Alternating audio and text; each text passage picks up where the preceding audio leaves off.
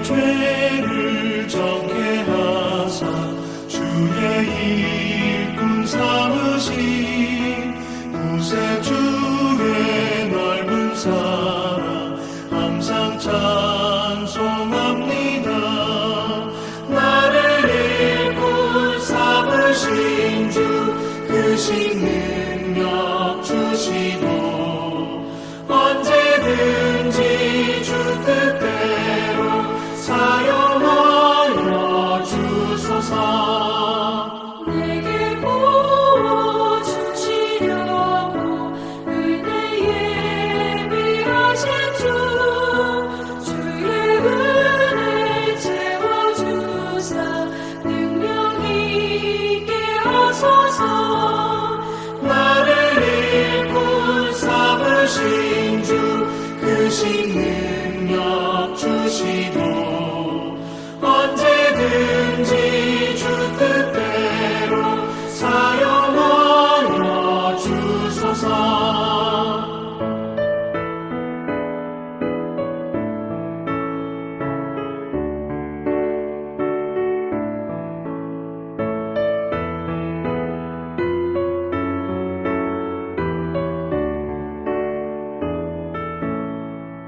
죄의 짐을 풀어주신 주의 능력 그도다. 나를 피로 사신 예수 내 맘속에 오소서. 나를 일꾼 삼으신 주 크신 능력 주시고 언제든지 주 뜻대로 사용하여 주소서. 주여 내게 성령으로 충만하게 채우사 생명수가 강물처럼 흐르게 하옵소서. 나를 일꾼 삼으신 주 크신 능력 주시고 언제든지 주 뜻대로 사용하여 주소서. 아멘.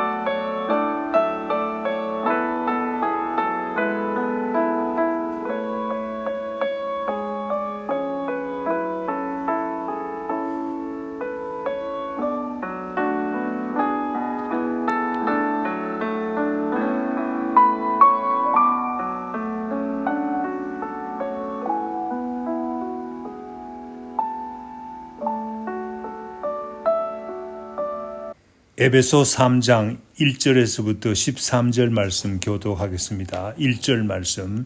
이러므로 그리스도 예수의 일로 너희 이방인을 위하여 갇힌 자 된 나 바울이 말하거니와 너희를 위하여 내게 주신 하나님의 그 은혜의 경륜을 너희가 들었을 터이라. 곧 계시로 내게 비밀을 알게 하신 것은 내가 먼저 간단히 기록함과 같으니 그것을 읽으면 내가 그리스도의 비밀을 깨달은 것을 너희가 알 수 있으리라. 이제 그의 거룩한 사도들과 선지자들에게 성령으로 나타내신 것 같이 다른 세대에서는 사람의 아들들에게 알리지 아니하셨으니 이는 이방인들이 복음으로 말미암아 그리스도 예수 안에서 함께 상속자 되고 함께 지체가 되고 함께 약속에 참여하는 자가 됨이라. 이 복음을 위하여 그의 능력이 역사하시는 대로 내게 주신 하나님의 은혜의 선물을 따라 내가 일꾼이 되었노라. 모든 성도 중에 지극히 작은 자보다 더 작은 나에게 이 은혜를 주신 것은 측량할 수 없는 그리스도의 풍성함을 이방인에게 전하게 하시고 영원부터 만물을 창조하신 하나님 속에 감추어졌던 비밀의 경륜이 어떠한 것을 드러내게 하려 하심이라. 이는 이제 교회로 말미암아 하늘에 있는 통치자들과 권세들에게 하나님의 각종 지혜를 알게 하려 하심이니 곧 영원부터 우리 주 그리스도 예수 안에서 예정하신 뜻대로 하신 것이라. 우리가 그 안에서 그를 믿음으로 말미암아 담대함과 확신을 가지고 하나님께 나아감을 얻느니라. 13절 말씀 다 같이. 그러므로 너희에게 구하노니 너희를 위한 나의 여러 환난에 대하여 낙심하지 말라. 이는 너희의 영광이니라. 아멘. 에베소스는 옥중 서신입니다. 사도 바울이 로마 감옥에서 에베소스를 썼습니다. 그런데 에베소스를 쓴 동기가 무엇이겠습니까? 에베소 교회 성도들은 사도 바울을 진실로 사랑했습니다. 사도 바울이 에베소 교회를 설립하였을 뿐만 아니라 그렇게 바쁜 전도 여행의 일정 가운데서도 3년이나 에베소에 머물며 성도들을 가르쳤습니다. 복음을 전했습니다. 사도행전 20장에 사도 바울과 에베소 교회 성도들의 이별 장면이 나옵니다. 얼마나 정이 넘치는지요. 무릎을 꿇고 함께 기도합니다. 다 함께 크게 울었다고 합니다. 바울의 목을 안고 입을 맞추고 근심하며 전송했다고 합니다. 이러한 광경을 미루어 볼 때 에베소 교회 성도들이 사도 바울을 대단히 사랑한 것으로 생각할 수 있습니다. 그런데 사도 바울이 감옥에 갇혔습니다. 에베소 교회 성도들은 바울이 이방인을 향한 전도 사명이 있었던 것을 알고 있었습니다. 온 지중해를 다니며 말씀 전하기를 원했다는 것을 알고 있었습니다. 그러나 이제 그 계획이 다 수포로 돌아갔습니다. 그 사명을 가진 사람의 중심 인물이 감옥에 갇혀서 움직이지 못하니 이방 전도의 계획이 다 끝이 난 게 아니겠습니까? 에베소 교회 성도들이 얼마나 실망했겠습니까? 우리 주위에서도 이런 일을 볼 수 있습니다. 주의 일 하다가 어려움을 당하면 그렇게 생각하지 않습니까? 교회 일 열심히 하다가 아파서 병원에 입원이라도 하면 중심 인물이 아파서 병원에 입원하면 그 교회 이제 끝났네. 그것 봐. 너무 지나치게 해도 소용없어. 라고 하지 않습니까? 복음을 위해 간절히 살고 싶은데 피해갈 수 없는 일로 발이 묶일 때 우리는 실망하고 좌절하지 않습니까? 사도 바울도 처음에는 실망이 컸겠습니다. 사도 바울을 진실로 사랑하는 에베소 교회 성도들은 더 큰 실망을 하지 않았겠습니까? 에베소 3장 13절 말씀에 보면 에베소 교회 성도들이 대단히 낙심한 것이 틀림없습니다. 에베소 3장 13절 말씀. 그러므로 너희에게 구하노니 너희를 위한 나의 여러 환난에 대하여 낙심하지 말라. 이는 너희의 영광이니라. 그렇습니다. 에베소 교회 성도들이 사도 바울의 감옥에 갇혔다는 소식을 듣고 크게 낙심한 것이 틀림이 없습니다. 에베소 교회 성도들이 낙심하고 있다는 소식이 로마 감옥에 있는 바울에게까지 들렸습니다. 그래서 바울은 에베소 교회 성도들에게 용기를 주기를 원했습니다. 사도 바울이 감옥에 갇힘으로 인해서 이방인들의 전도가 끝이 난 것이 아니라는 사실을 가르쳐주기 원했습니다. 오히려 이방인들에게 영광이 되는 일이라는 사실을 전하기를 원했습니다. 13절 말씀에 보면 사도 바울의 이런 간절한 소원이 에베소서를 쓰게 된 동기가 된 것으로 볼 수 있습니다. 사도 바울은 왜 감옥에 갇힌 일이 오히려 이방인들을 향한 복음 전도에 유익이 되는지를 설명하고 있습니다. 사도 바울은 도대체 어떤 믿음으로 어떤 신앙으로 이런 말을 했을까요? 본문 말씀 1절에서 4절 말씀에 보면 사도 바울은 옥에 갇힌 일이 하나님의 은혜의 경륜 가운데에서 일어난 일이라고 밝히고 있습니다. 먼저 1절 말씀에 보면 사도 바울은 예수 그리스도의 복음을 전하다가 감옥에 갇혔습니다. 이방인들에게 복음을 전하다가 로마 옥에 갇혔습니다. 그런데 사도 바울이 증언하기를 자기가 감옥에 갇힌 일이 2절 말씀에 보면 하나님의 은혜의 경륜 가운데서 일어난 일이라는 사실을 밝히고 있습니다. 경륜이라는 말이 어떤 의미를 가지고 있기에 경륜 가운데서 일어난 일이라고 밝히고 있습니까? 하나님의 은혜의 경륜이라는 말을 어렵게 설명하려면 너무나 어렵습니다. 온갖 신학적인 지식을 동원해도 설명해도 어렵습니다. 그러나 간단하게 설명해 보겠습니다. 하나님의 경륜이라는 말은 인간을 구원하시고자 하는 하나님의 우주적이고 시대를 초월하고 원대한 계획을 말합니다. 더 간단히 말하면 하나님의 구원 계획을 말하는 것입니다. 더 풀어서 설명하겠습니다. 경륜이라는 말을 더 풀어서 쉽게 설명해 보겠습니다. 어떤 사람이 경험이 많고 지혜와 지식이 많아서 앞뒤 순서를 잘 생각해서 일을 잘 처리하고 계획대로 성공적으로 이끌어가기 위해서 계획대로 진행하고 있습니다. 보통 사람들은 그 계획을 잘 이해 못합니다. 그러나 많은 사람들이 그의 계획을 신뢰합니다. 그러할 때 경륜이 많다고 합니다. 사도 바울이 복음 전도하다가 옥에 갇혔습니다. 그런데 사도 바울은 이것이 하나님의 경륜인 가운데서 일어난 일이라고 말하고 있습니다. 하나님의 계획 가운데 일어난 일이라고 밝히고 있습니다. 이방 전도의 길이 막힌 것이 아니라 이방 전도의 계획 가운데 하나님의 계획 가운데 일어난 일이라는 사실을 분명히 밝히고 있습니다.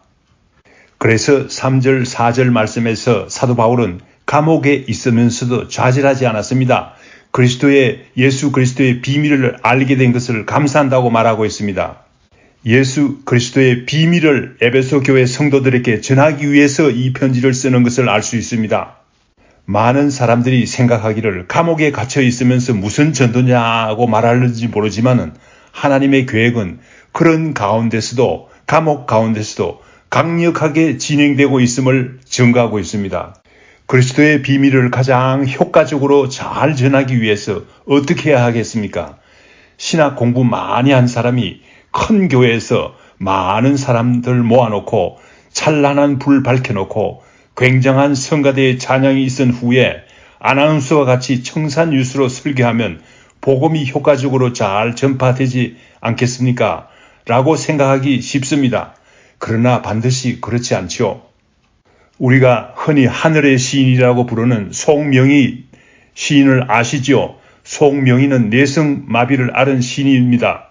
송명희님이 쓴 여러 복음송들 가운데서 나라는 시가 있습니다. 나 가진 재물 없으나 나 남이 가진 지식 없으나 나 남에게 있는 건강이 있지 않으나 나 남이 없는 것 있으니 나 남이 못 본 것을 보았고 나 남이 듣지 못한 음성 들었고 나 남이 받지 못한 사랑 받았고 나 남이 모르는 것 깨달았네. 공평하신 하나님이 나 남이 가진 것 나 없지만 공평하신 하나님이 나 남이 없는 것 갖게 하셨네. 이 얼마나 귀한 시입니까? 제가 보기에는 이 시의 클라이막스는 공평하신 하나님입니다. 공평하신 하나님을 2번 강조하는 부분입니다.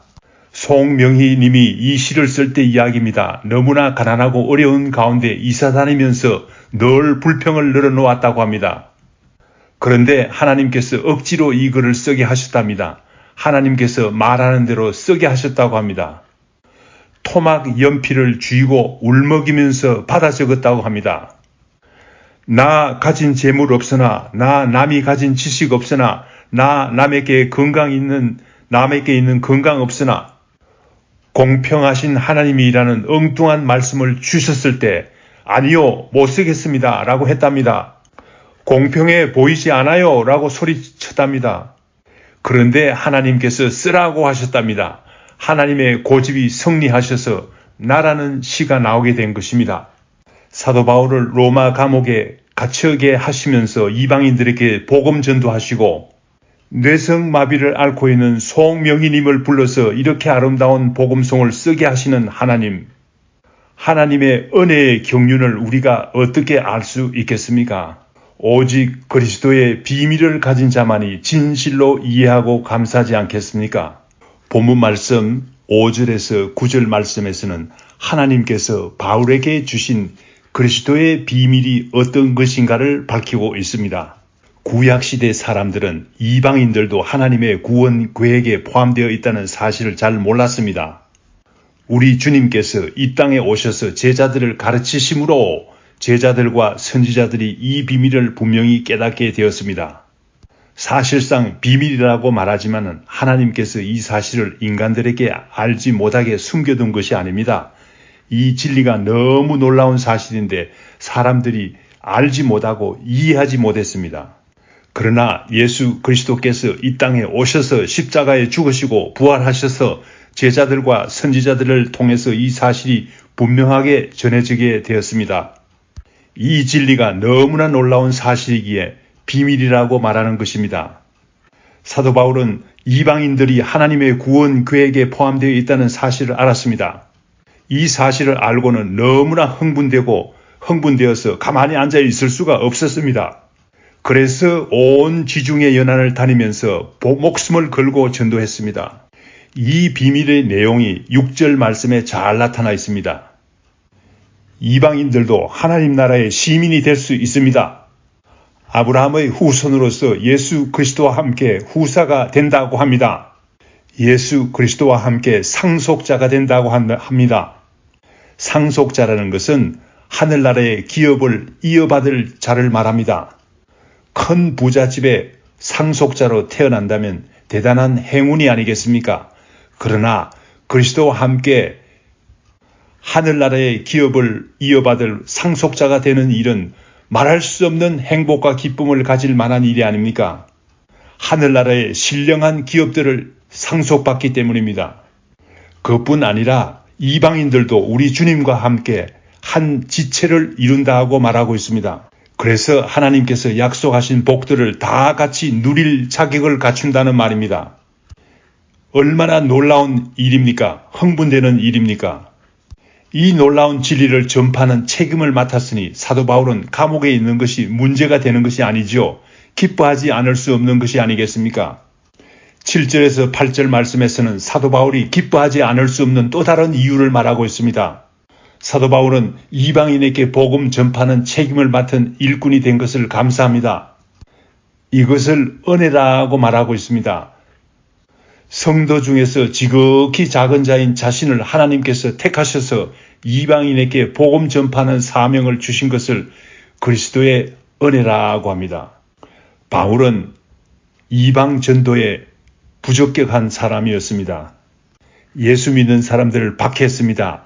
스데반을 돌로 쳐 죽일 때 가담했습니다.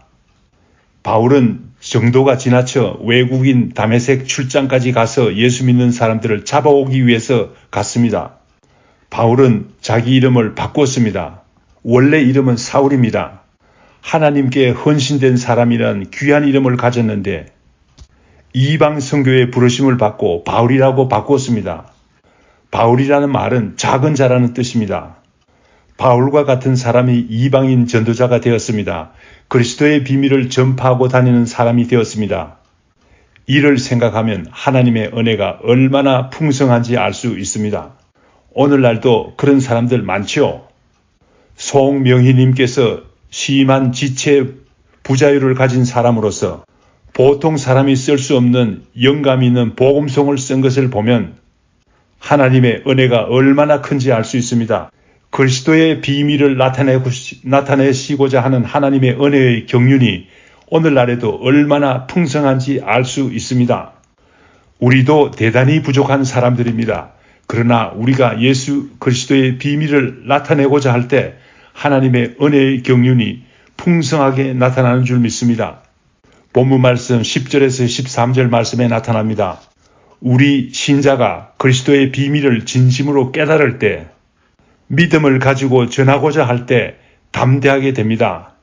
처음에 이방인에게 복음이 전파될 때는 많은 사람들이 알지 못했습니다. 바울과 같은 사람들을 사용해서 이방인들에게 복음 전하게 하는 하나님의 은혜의 경륜을 깨닫는 사람이 그렇게 많지 않았어요. 그래서 비밀이라고 했습니다. 이러한 다양성 있는 하나님의 지혜를 하늘의 정사와 권세 맡은 자들, 천사들도 그전에는 몰랐다고 합니다. 10절 말씀입니다. 그런데 교회를 통해서 하나님께서 알게 하기를 원합니다. 그러므로 이 시대는 교회를 통해서 하나님께서 부어주시고자 하는 은혜가 많습니다. 11절 말씀에 그것이 바로 그리스도 예수 안에서 예정하신 뜻이라는 것입니다. 영원 전부터 계획하신 뜻이라는 것입니다. 12절 말씀입니다. 이러한 그리스도의 비밀을 깨닫는 사람은, 믿음을 가진 사람들은 담대해진다고 합니다. 그래서 하나님 앞에 당당히 나아갑니다. 부족하지만 하나님께서 쓰임을 받는 사람들이 된다는 말입니다. 여러 가지 조건이 갖추어진 사람이 아니지만 하나님께서 쓰시도록 담대하게 나아가야 하겠습니다. 우리 새생명 선교교회는 교회적으로 먼저 하나님께서 주시는 은혜의 경륜을 많이 받은 교회가 되기를 원합니다. 여러 가지 면에서 적은 능력을 가진 교회지만 예수 그리스도의 비밀을 깨달은 자들이 모인 교회답게 담대하게 나아가야 되겠습니다. 사도 바울은 로마 감옥에 갇혀 있으면서도 이방 전도에 열심을 냈습니다. 우리도 많은 제한을 가지고 있지만 그리스도의 비밀을 담대하게 전해야 되겠습니다. 우리 성도님들도 각자의 어려운 일들로 인해서 창살 없는 감옥에 갇힌 것 같은 제약을 받고 있습니다. 그러나 그리스도의 비밀을 맡은 자답게 용감하고 담대하게 나아갑시다. 말틴 루터가 종교 개혁을 하던 즈음에 독일의 어느 신부집을 수리했습니다. 벽 속에서 두루마기가 나왔습니다. 신부 앞에 고해 성사함으로써 제삼을 얻는 것이 아니라는 사실을 말했습니다. 예수 그리스도의 피로 구원을 얻는다는 진리를 발견했습니다. 이 진리를 발견해서 흥분해서 이 사실을 두루마기에 써서 벽장 속에 묻어놓고 죽었습니다. 다른 사람에게 말도 못하고 죽었습니다. 그런데 말틴 루터는 예수 그리스도를 믿음으로 제사함을 얻는 귀한 진리를 발견하고 목숨을 걸고 교황 앞에 섰습니다. 당신도 하나님 앞에 죄인임을 고백하고 하나님 앞에 무릎 꿇고 예수 그리스도의 피로 죄사함을 받아야 한다고 담대하게 말했습니다. 진실로 그리스도의 비밀을 깨달은 사람이었기 때문입니다. 우리도 진실로 그리스도의 비밀을 깨달은 자답게 담대하게 복음을 전합시다. 다 같이 기도하겠습니다. 우리가 다 바울과 같이 옥에 갇힌 자와 같습니다. 송명희 시인과 같이 육체적으로 부자유함을 가지고 있습니다. 말틴 루터가 처한 환경과 같이 우리는 주위의 환경으로 인해서 우리를 묶어놓고 있습니다. 그러나 바울과 같이, 송명희 시인과 같이, 말틴 루터와 같이 담대하게 하나님의 은혜의 복음을 전할 수 있게 능력 주시옵소서, 힘 주시옵소서, 담대함을 주시옵기를 간절히 빌고 원하옵나이다. 예수님 이름으로 기도드립니다. 아멘. 하늘에 계신 우리 아버지여, 이름이 거룩히 여김을 받으시오며 나라의 임하옵시며 뜻이 하늘에서 이룬 것 같이 땅에서도 이루어지이다. 오늘날 우리에게 일용할 양식을 주옵시고 우리가 우리에게 죄 지은 자를 사하여 준 것 같이 우리 죄를 사하여 주옵시고 우리를 시험에 들게 하지 마옵시고 다만 악에서 구하옵소서. 대개 나라와 권세와 영광이 아버지께 영원히 싸움나이다. 아멘.